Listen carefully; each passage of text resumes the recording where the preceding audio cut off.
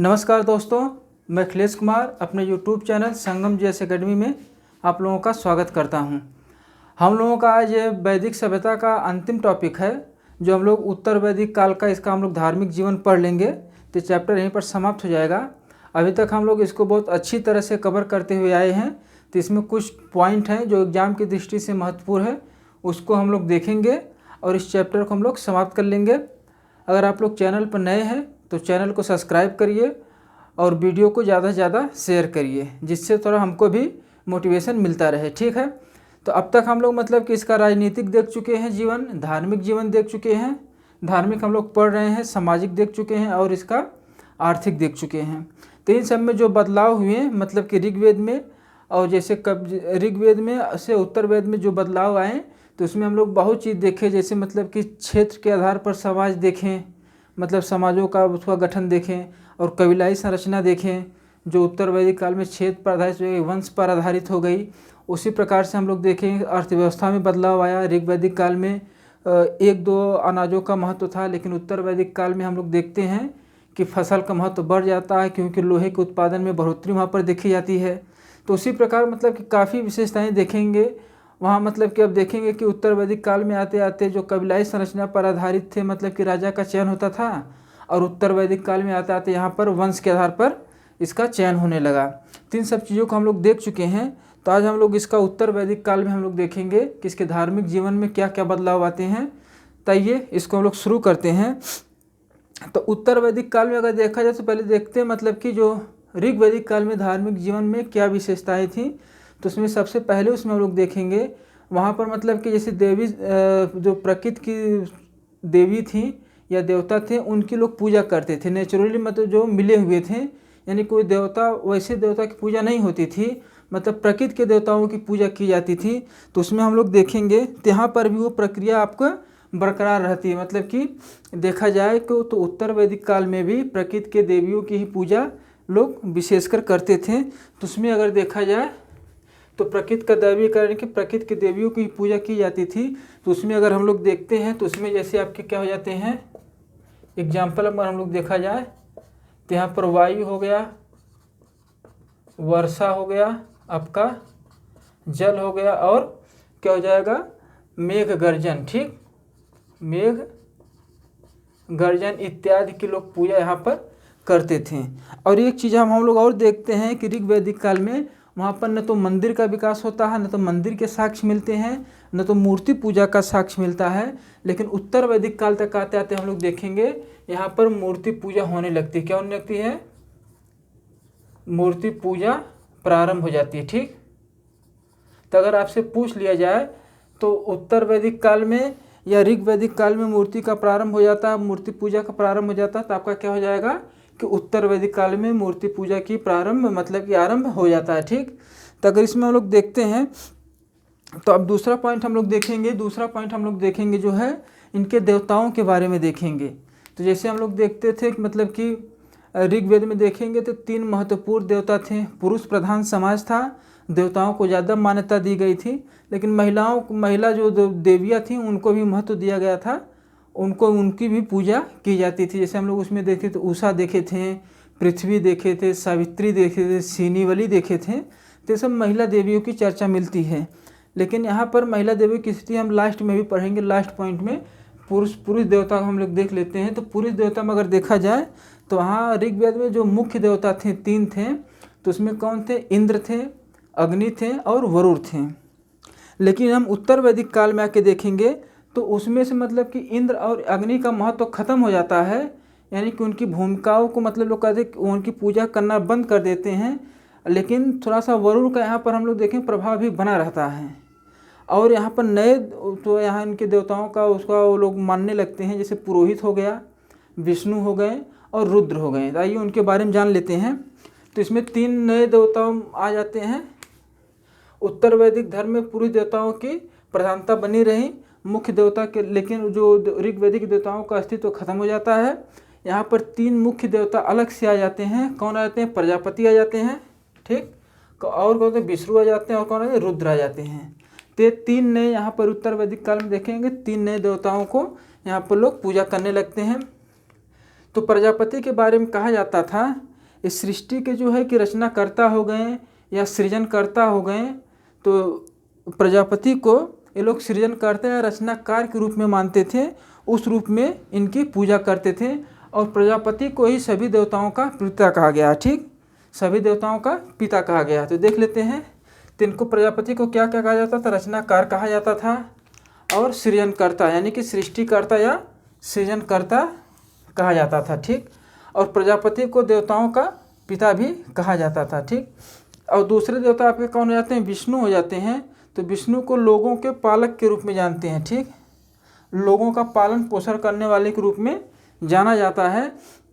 यहाँ मुख्य रूप से रुद्र के यहाँ से प्रश्न बनता है आपका एग्जाम में, इस रुद्र देवता जो हैं उनसे प्रश्न यहाँ पर बनता है। तो इनको क्या कहा जाता था? इनको क्या पशुओं का देवता कहा गया, ठीक। किनको अगर पूछ ले पशुओं को देवता किसको कहा गया?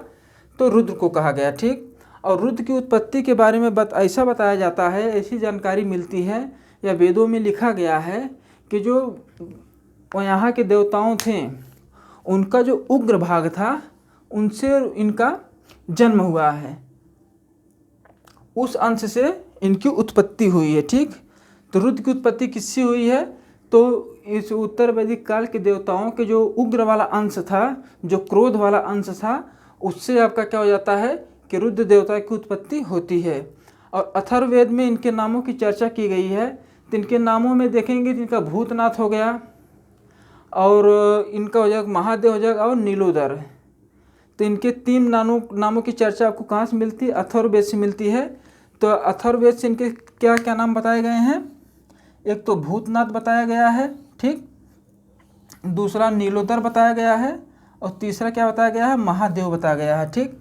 और अथर्ववेद में ही कहा गया है कि प्रजापति जो हैं इनको चारों दिशाओं का स्वामी कहे हैं। तो अगर पूछ लिया जाए रुद्र को चारों दिशाओं का स्वामी किसने कहा, तो प्रजापति द्वारा कहा गया, ठीक, प्रजापति द्वारा कहा गया। किस वेद में कहा गया? अथर्ववेद में कहा गया, ठीक। तो यहाँ पर हम लोग देख लेते हैं, एक पुष्पन देवता मिलते हैं। कौन मिलते हैं? पुष्पन। ये हम लोग देख लेते हैं, इसको आप लोग नोट कर लीजिएगा, अगर जो नहीं नोट किया थोड़ा पीछे जाके नोट कर लीजिएगा, लेकिन आप लोग नोट्स बना लीजिएगा। एक यहाँ पर अन्य देवता मिलते हैं, कौन मिलते हैं? पुष्ण मिलते हैं, ठीक। तो अगर पुष्ण को कहा जाए तो ये मतलब कि शूद्रों के देवता थे, ठीक। किनके देवता थे? शूद्रों के देवता थे। अगर शूद्रों के देवता पूछ लिया जाए तो कौन हो जाते हैं? पुष्ण हो जाएगा। और विशेषकर पशुओं के जो होते थे, पशु जो होते थे, पशुओं के रखवाले थे, ठीक, कहा गया है।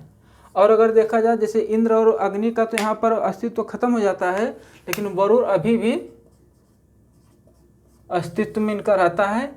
ये किनके प्रतीक है आप लोग बताइए? ये जल के देवता है, ठीक, जल के देवता या जल देवता के प्रतीक हैं, ठीक। तो और ये नैतिकता का जो नैतिकता के नियमों का जो पालन कराते थे वो वरुण ही करवाते थे। और उन्हीं के लिए नैतिकता का पालन कराने के लिए इनको क्या कहा गया? नैतिकता के नियमों का पालन कराने के लिए इनके क्या कहा गया? ऋतस्य गोप कहा गया। क्या कहा गया? ऋतस्य गोप कहा गया, ठीक। तो किस लिए इनको ऋतस्य गोप कहा गया? तो नैतिकता के नियमों का पालन कराने के लिए वरुण देवता को ही ऋतस्य गोप कहा गया, ठीक। इसके बाद हम लोग नेक्स्ट पॉइंट में देखने इसकी उपासना विधि हम लोग देखेंगे। उपासना विधि में हम लोग इसे उत्तर वैदिक ऋग वैदिक काल में हम लोग जब देखते हैं तो ऋग वैदिक काल में उपासना मतलब कि जैसे भौतिक सुखों की प्राप्ति के लिए होती है, तो यहाँ पर भी बना रहा था। यहाँ पर भी जो उपासना का जो उद्देश्य होता है, मुख्य उद्देश्य था, वो भौतिक सुखों की प्राप्ति करना ही था। भौतिक सुखों में कैसे हो गया? संतान की उत्पत्ति हो गया, और जैसे धान्य हो गया यानी कि भोजन का जो आहारों की प्राप्ति हो गया। इन सब के लिए लोग उपासना करते थे कि बारिश हो, खेती हो, तो इससे हम लोगों का मतलब कि संतान की उत्पत्ति भी हो, वंश भी चले, और खाद्य पदार्थों की उत्पत्ति हो, तो इसके लिए लोग उपासना करते थे। लेकिन यहाँ पर देखेंगे उपासना की पद्धतियों में कुछ बदलाव देखा जाएगा। वहाँ पर हम लोग देखते थे क्या करते थे, लोग यज्ञ करते थे और प्रार्थना करते थे। लेकिन कर्मकांड वहाँ पर उपलब्ध नहीं था। यहाँ पर कर्मकांडी घटनाएं हम लोग देखेंगे बहुत ज़्यादा बढ़ जाती है। ठीक, आइए देखते हैं।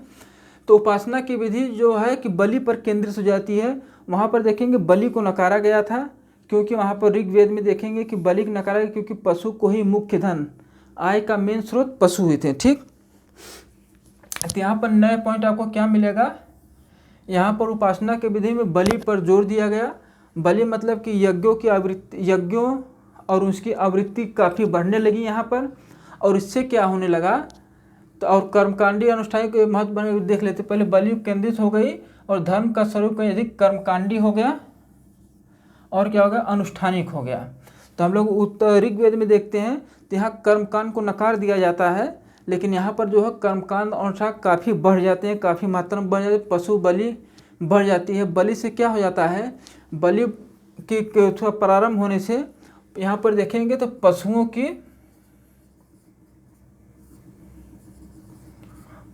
की कमी होने लगती है, यानी कि पशुओं की संख्या में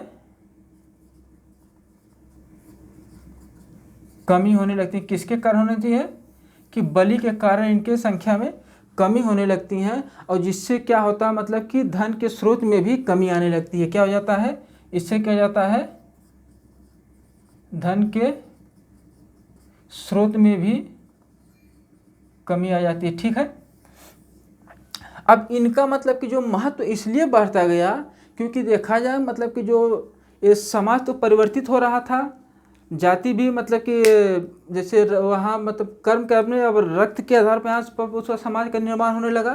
तो जो ब्राह्मण वर्ग था ये सबसे श्रेष्ठ थे। ब्राह्मण या पुरोहित यही यज्ञ और कर्मकांड का कार्य करवाते थे। तो इनको क्या होता था, तो इनसे मतलब कि काफ़ी मतलब इनको दान दक्षिणा काफ़ी मिलता था, और काफ़ी इससे धन अर्जित होता था।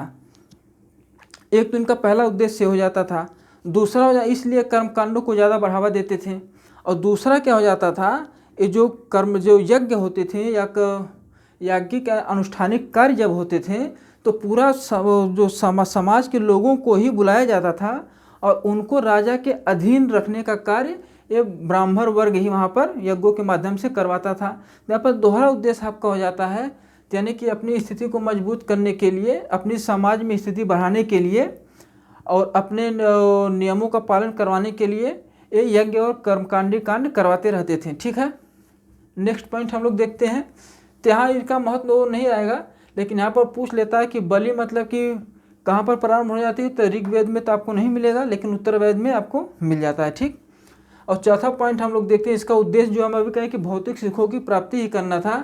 तो उत्तर वैदिक कालीन धर्म का जो मुख्य उद्देश्य था भौतिक सुखों की प्राप्ति था। ठीक, अब भौतिक सुखों में हम देखें संतान उत्पत्ति हो गई, अनाजों का उत्पादन हो गया, ये भौतिक सुखों के रूप में यहाँ पर देखा गया। ठीक, नेक्स्ट हम लोग देखते हैं पांचवा पॉइंट, उत्तर वैदिक काल धर्म में बहुदेववादी प्रवृत्ति पाई जाती है, यानी कि एक से अधिक देवताओं को माना जाता है, लेकिन इसके अंत तक आते आते, इस काल के अंत तक आते आते एकेश्वरवाद मतलब कि एकेश्वर देवता की भावना का विकास हो जाता है। ठीक, एकेश्वरवाद की भावना का यहाँ पर विकास होने, प्रारंभ में बहुदेववादी था, यानी कि बहुत से देवताओं को लोग पूजते थे, मानते थे, लेकिन अंतिम तक आते, इसकी काल के अंत तक यानी 600 BC तक आते आते ये लोग एक देवता को मानने वाली प्रक्रिया करें, और उनके जो मेन देवता यहाँ पर देखेंगे पशुपति ही थे। ठीक, तो अगर वहाँ पर देखेंगे तो ऋग्वेद में तो महिला जो देवियों की स्थिति थी वो ठीक थी, काफ़ी अच्छी थी, लेकिन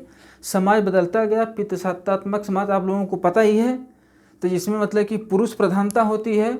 और जो यहाँ पर तो देखेंगे हम लोग सामाजिक स्थिति में देखें महिलाओं की स्थिति यहाँ पर कैसे गिरावट आई, उनसे उपनयन संस्कार छीन लिया गया, सभा और विदत में जो महिलाएं प्रवेश करती थी उससे रोक दिया गया।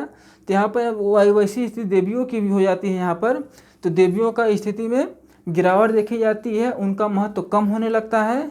लेकिन एक चीज़ अभी यहाँ पर बनी रहती है, वो ये है,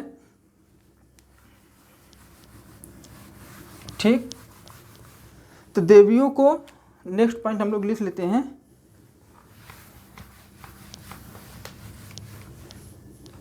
क्या हो जाता है यहाँ पर नेक्स्ट पॉइंट हम लोग 6वां लिख लेते हैं, देवियों को उनके पतियों के नाम से यहाँ पर जाना जाने लगा। ठीक, देवियों की स्थिति में हम लोग देख लेते हैं।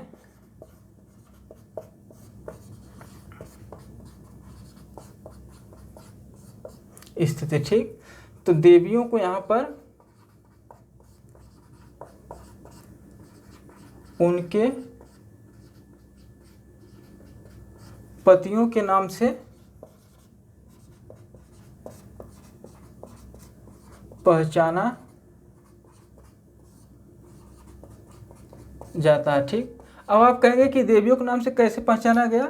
जैसे अब यहाँ पर एग्जाम्पल देख लेते हैं। तो इंद्र की पत्नी कौन थी?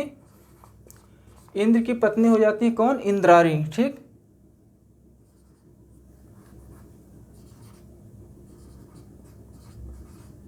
इंद्राणी। और अग्नि की पत्नी कौन हो जाएंगी?